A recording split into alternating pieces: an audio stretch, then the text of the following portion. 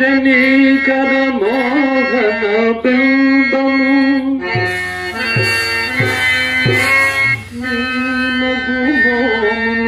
గోలునదే కొలనిలో నవకమల దళమును నీ నవనముల బాలునదే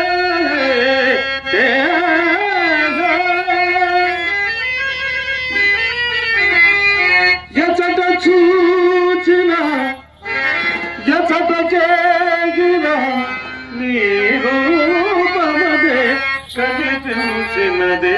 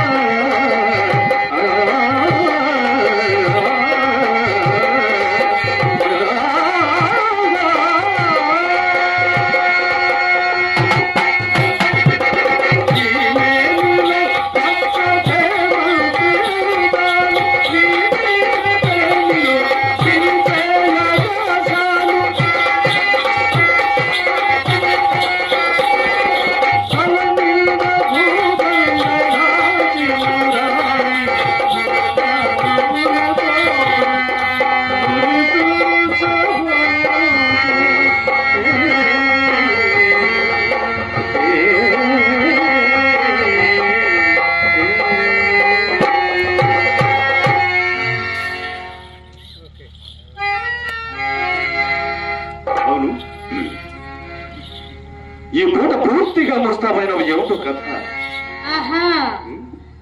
కొత్త బేరం ఒకటి తగిలితేను ముస్తాబై కూర్చున్నాం తెలిసిందా? అప్పుడే వచ్చినదకు ఎంత ముక్కుపట్టలు.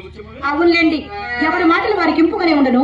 ఈ పూట ఎవరో తప్పక పైకమిచ్చదరని నమ్మకముగా చెప్పిపోయినారు. కావున ఎటులైనా మా అమ్మనవరు కట్టవచ్చును కదా అని మహా సంతోషంతో ముస్తాబై కూర్చున్నందుకు కలిగిన ఫలితమే.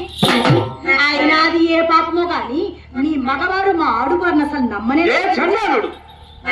నమ్మని మాట నిరూపణమైపోదు. ఏదో హాస్యమున కన్న మాటలు హాస్యమున కన్న మాటలు హాస్యమట హాస్యం. హాస్యంలో కూడా హద్దు పద్దు ఉండనక్కర్లేదా? వడలమండు హాస్యమా చెప్పండి. నువ్వు పొరపాటు కాని వాడు ఎందుకు వచ్చాడు? వాడెవరు? వాడే ఆ పూల రంగడు.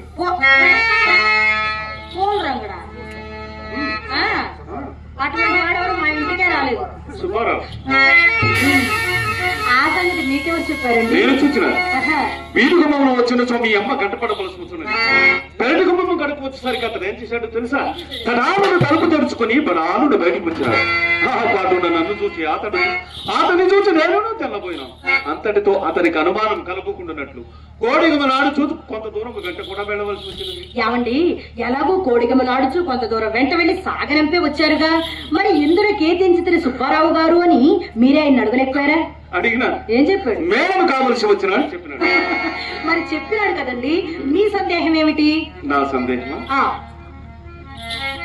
చెప్పినా తమరు కోపగించుకున్నారుగా? అనే వారే, నాకెందుకండి కోపం? అయినా నాయంత ఏదైనా దోషం ఉండని కదా.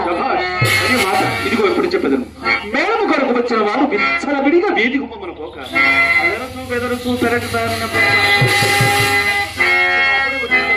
మరి అట్లయినా ఆ సంగతి కూడా ఆయన నిలబెట్టి మరి మీరే అడగలేకపోయారా? అడిగే వాడిని. అంతలో ఒక భాగ్యమిత్రుడగుపడి బహుకాల సమావేశం వలన పరమాధారము చేతకు స్థిర ప్రశ్నలు వేయించిపోయింది. అందువలన అడుగుడకు అవకాశం లేకపోయింది. సరే, నేనే చెప్పేదను గాని సావధాన చిత్తులో ఆలకించాలి. మరి సరేనా? ఏమండి, మా ఇంటికి మేడంలోకి వచ్చిన వారికి అది ఎవరికైనా సరే మర్యాద చేయటన్నది మా ధర్మం కదా. అందులకై మా అమ్మ అతన్ని మేడ మీదకి వెంట పెట్టుకుని వచ్చి కుర్చీ వేసి కూర్చుండబెట్టి తాంబూలం ఇయ్యగా ఆ సుబ్బారావు ఏం చేశాడో తెలుసా? వచ్చిన పని కాస్త విడిచిపెట్టి నాతో అధిక ప్రసంగాలు మొదలు పెట్టాడండి. ఈ విధంగానే నాకు చిరాకు వచ్చి మేడదికి పోయి తిని, కానీ ఇంతలో నా మనసు కనిపెట్టిన మా అమ్మ మాత్రం పెరటి చూపుడు కను కారణం చేత మన తోటలోనికి తీసుకుని వెళ్లి ఆధారినట్టు సాగరంపినది. మీరు నమ్ముడు నమ్మకపోండు, నడిచిన యథార్థం మాత్రం నీ మాట నేను వేదపోయేప్పుడు నమ్మలేదు. నాతో నీ బెన్నడైనను నలుసంత అబద్ధం ఆడమనియే కదా నా నమ్మకం. మీ తోడనే కాదు, ఎవరి తోడను నలుసంత అబద్ధమైన ఆడను. అసలు చింతామణి ఈ కులంలో పుట్టవలసింది కానే కాదని పిన్నల మొదలు పెద్దల వరకు శ్లాఘించుటకు ఇది ఒక కారణం కూడాను. సందేహమేమి? ఎవరి మాటలో ఏలా నేను ఎన్ని మార్లు నిన్ను శ్లాఘించమని? ఎవరి మాటలో ఏదో నిన్ను ఎన్ని మార్లు శ్లాఘించలేదు.